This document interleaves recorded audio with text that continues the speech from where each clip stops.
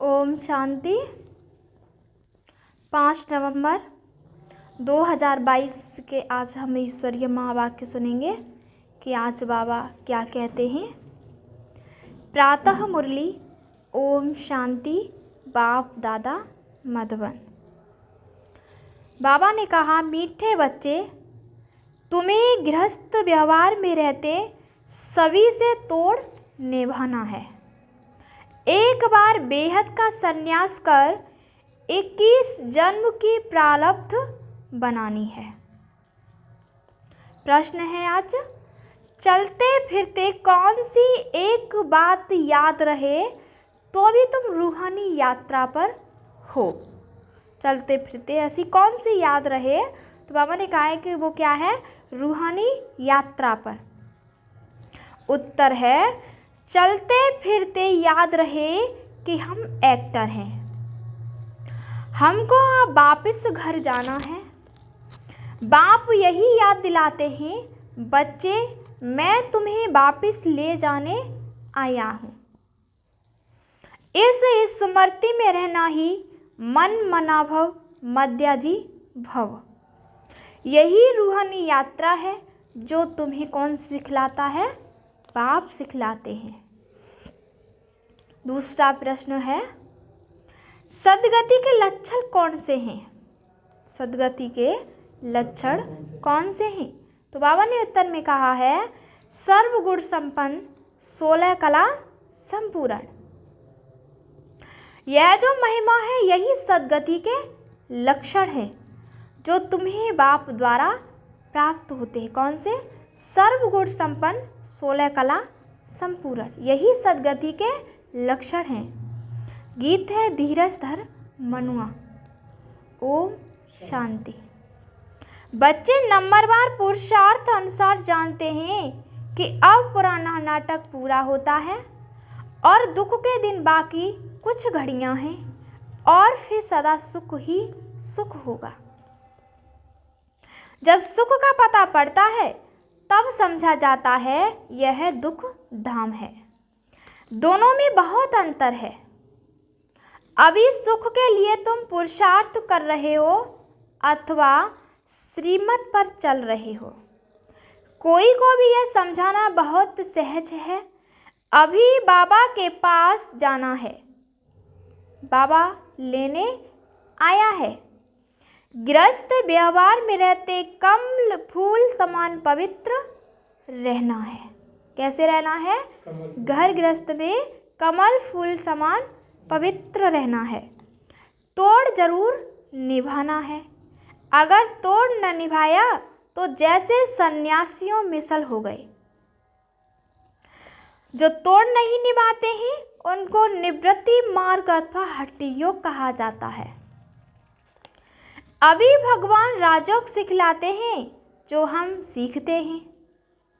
भारत का धर्मशास्त्र है गीता, सन्यासियों का है हठयोग।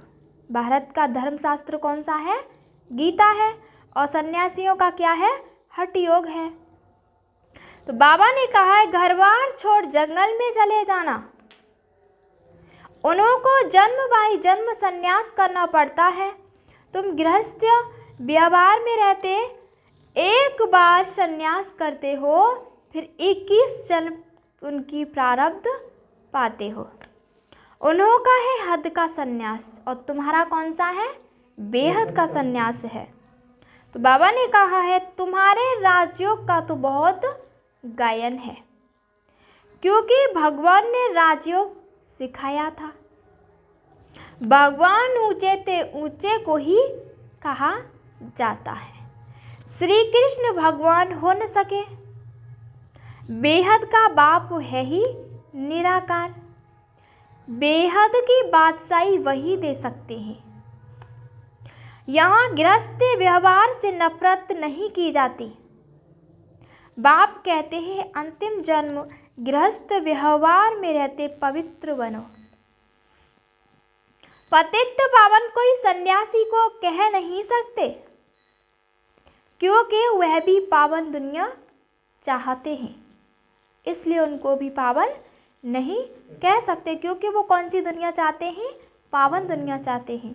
तो बाबा ने कहा वह दुनिया है एक, जिसके लिए पतित पावन बाप को बुलाते हैं, जबकि वह गृहस्थ व्यवहार में ही नहीं है तो देवताओं को भी नहीं मानेंगे। वह कभी राजयोग सिखला न सके, न बाप कभी हठयोग सिखला सके, न तो वो राजयोग सिखला सके और न बाबा ने कहा है न बाप कभी हठयोग सिखला सके। यह समझने की बातें हैं। अब दिल्ली में वर्ल्ड कॉन्फ्रेंस होनी है, वहाँ यह समझाना है क्या, लिखत में देना है, लिखत में होगा तो सब समझ जाएंगे।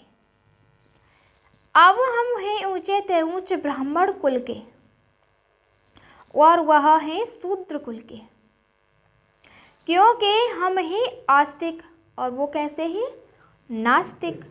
वह है ईश्वर को न जानने वाले और हम बच्चे हम ही ईश्वर से योग रखने वाले। तो मतभेद है ना, बाप ही आकर आस्तिक बनाते हैं और बाप का बनने से बाप का वर्षा मिल जाता है। यह बड़ी पैचौली पचीली बातें हैं, पैचेली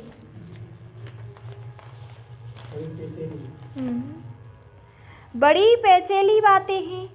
पहले पहले तो बुद्धि में बिठाना है कि गीता का भगवान परमपिता परमात्मा है। उसने ही आदि सनातन देवी देवता धर्म स्थापन किया था। भारत का देवी देवता धर्म ही मुख्य है।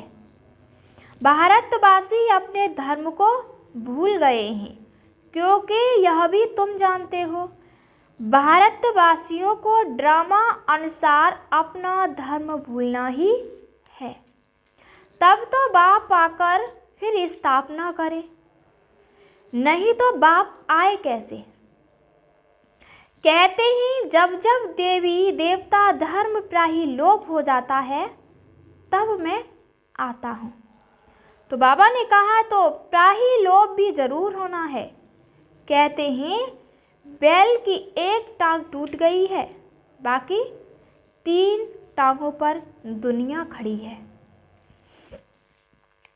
मुख्य है ही 4 धर्म। अभी देवता धर्म की टांग टूटी हुई है, अर्थात वह धर्म गुम हो गया है। इसलिए बढ़ के झाड़ का मिसाल देते हैं कि फाउंडेशन सड़ गया, बाकी टालियां खड़ी हैं। तो इनमें भी फाउंडेशन देवता धर्म का है नहीं, बाकी मठ पतादी बहुत खड़े हैं। तुम्हारी बुद्धि में अब सारी रोशनी है।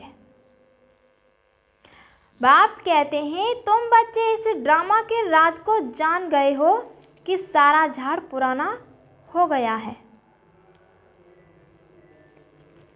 कलयुग के बाद सत्य को आना जरूर है, चक्र को फिरना है जरूर। बुद्धि में रखना है कि अब नाटक पूरा हुआ है और हम जा रहे हैं। चलते फिरते यह याद रहे कि अब हमको वापस जाना है। मन मना भव मध्याजी भव का भी यही अर्थ है। कोई भी बड़ी सभा में भाषण आदि करना है तो यही समझाना है कि परमपिता परमात्मा फिर से कहते हे बच्चे, देह सहित देह के सब धर्म त्याग, अपने को आत्मा समझ बाप को याद करो तो पाप दग्ध होंगे, खत्म हो जाएंगे। बाबा कहते हैं मैं तुमको राजयोग सिखलाता हूँ। गृहस्थ व्यवहार में रहते कमल फूल समान बन मुझे याद करो, पवित्र रहो, नॉलेज को भी धारण करो। अभी सब दुर्गति में हैं। सतयुग में देवताएं सदगति में थे, फिर बाबा आकर सदगति करते हैं। माना सर्वगुण संपन्न 16 कला संपूर्ण, यह है सदगति के लक्षण। यह लक्षण कौन देते हैं? यह लक्षण कौन देते हैं? बाप देते हैं। उनके फिर लक्षण क्या हैं? वह ज्ञान का सागर, शांति का सागर। उनकी महिमा बिल्कुल अलग है। ऐसे नहीं, सब एक ही हैं, एक बाप हैं, हम सब आत्माएं बच्चे हैं। अब नई रचना रची जाती है, माना हम प्रजापिता ब्रह्मा की सब औलाद है, परंतु वो लोग इन बातों को समझ नहीं सकते। ब्राह्मण वर्ण सबसे ऊंच है, भारत के ही वर्ण गाए जाते हैं। 84 जन्म लेने में इस वर्णों में पास करना होता है। ब्राह्मण है ही संगम पर, ब्राह्मण है ही संगम पर। अच्छा, साइलेंस तो बहुत अच्छी है, शांति का आहार तो गले में पड़ा है। एक रानी की कहानी है। अब शांतिधाम अपना घर बहुत याद पड़ता है। चाहते सब है शांति घर में जाए, परंतु रास्ता कौन बताए। शांति के सागर बाप के सिवाय कोई बता न सके। बाप की महिमा अच्छी है। शांति का सागर, आनंद का सागर, मनुष्य सृष्टि का बीच रूप। जितना रात दिन का फर्क है, कृष्ण को सृष्टि का बीच रूप कह न सके। बाप की महिमा ही अलग है। सर्वव्यापी कहने से महिमा सिद्ध नहीं होती। ऐसे भी नहीं परमात्मा बैठ अपनी पूजा करेंगे। परमात्मा सदैव पूज्य है, वह कभी पुजारी नहीं बनता। ऊपर से जो भी आते हैं वह पूज्य से पुजारी बनते हैं। पॉइंट्स तो बहुत हैं। अब देखो, आते तो कितने ढेर हैं, परंतु निकलते कोटों में कोई है, क्योंकि मंजिल ऊंची है। प्रजा तो ढेर बनती है और बनती रहेगी, परंतु कोटों में कोई माला का दाना बनते हैं।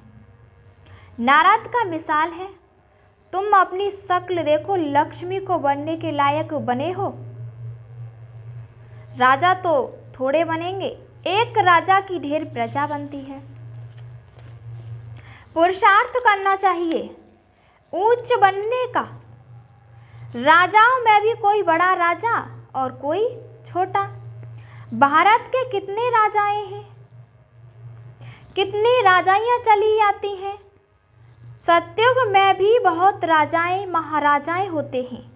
महाराजाओं के फिर प्रिंस प्रिंसेस भी होते हैं, उनके पास बहुत प्रॉपर्टी होती है। राजाओं के पास कम प्रॉपर्टी होती है और अभी है प्रजा का प्रजा पर राज्य। अभी राजधानी स्थापन हो रही है। यह है ही लक्ष्मी नारायण बनने की नॉलेज। उसके लिए ही तुम पुरुषार्थ कर रहे हो। पूछते हैं लक्ष्मी नारायण का पद पाएंगे व राम सीता का, तो सब कहते लक्ष्मी नारायण का। बाप से पूरा बरसा लेंगे, वंडरफुल बरते हैं, और कोई जगह यह बातें नहीं है, ना कोई शास्त्रों में नहीं है, ना कोई शास्त्र में ही है। अब तुम्हारी बुद्धि का ताला खुल गया है। बाप समझाते हैं चलते फिरते अपने को एक्टर समझो। अब हमको वापस जाना है, यह सदैव याद रहे। इसको ही मन मनोभव मध्याजी भव कहा जाता है। बाप घड़ी घड़ी याद दिलाते हैं, बच्चे तुमको वापस ले जाने आया हूँ। यह क्या है? रूहानी यात्रा है। यह बाप के सिवाय और कोई करा नहीं सकते। भारत की महिमा भी करनी है। यह भारत होली एस्ट लैंड है। सर्व के दुख हरता सुख करता, सबके सदगति दाता बाप का बर्थ प्लेस है। बाप वही बाप सबका लिबरेटर भी है, क्योंकि यह बड़े से बड़ा तीर्थ स्थान है। भारतवासी भले शिव के मंदिर में जाते हैं, परंतु वह बाप को जानते नहीं। गांधी को जानते हैं, समझते हैं वह बहुत अच्छा था, इसलिए उन पर जाकर फूल चढ़ाते हैं, क्योंकि लाखों खर्चा करते हैं। अब इस समय है उन्हों का राज्य, जो चाहे सो कर सकते हैं। यह तो बाप बैठ गुप्त धर्म की स्थापना करते हैं। भारत में पहले देवताओं का राज्य था।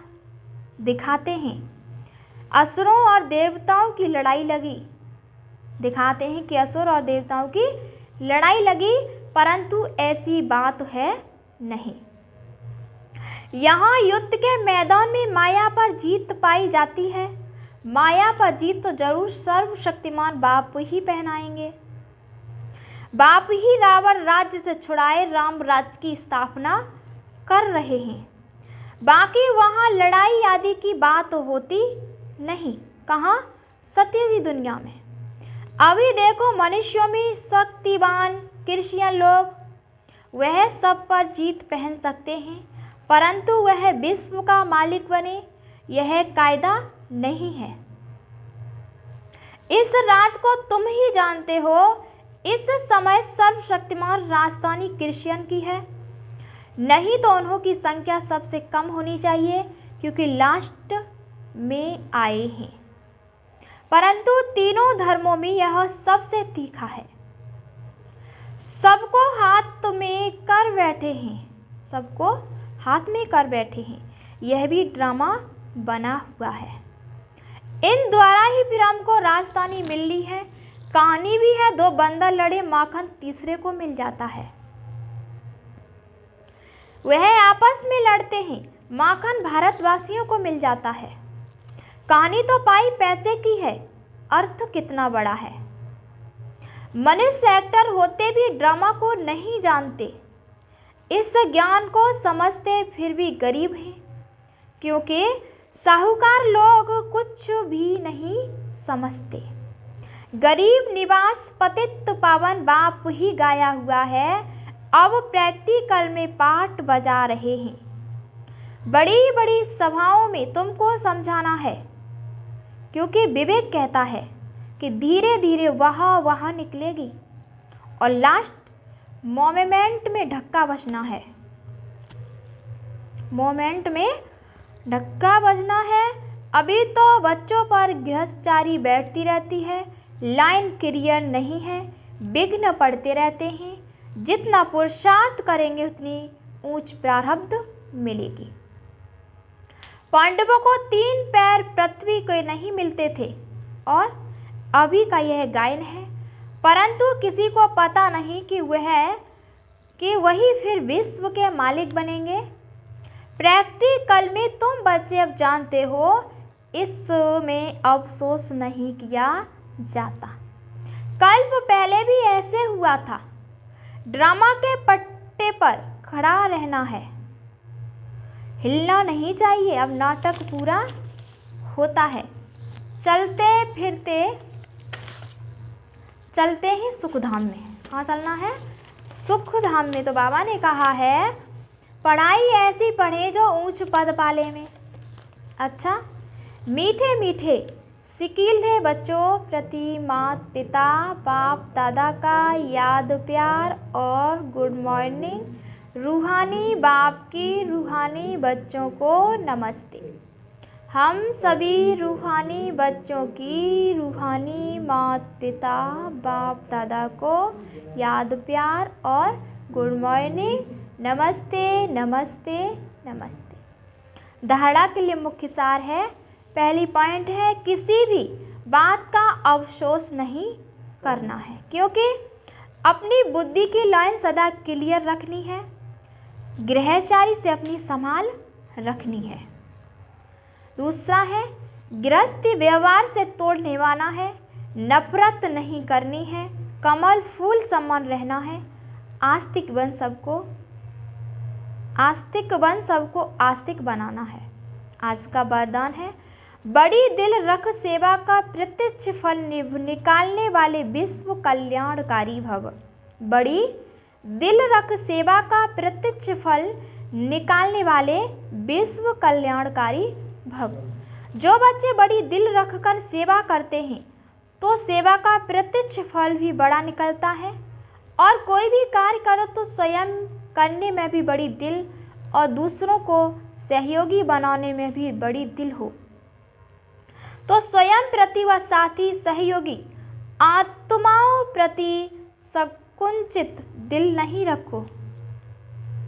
बड़ी दिल रखने में मिट्टी भी सोना हो जाती है, कमजोर साथी भी शक्तिशाली बन जाते हैं।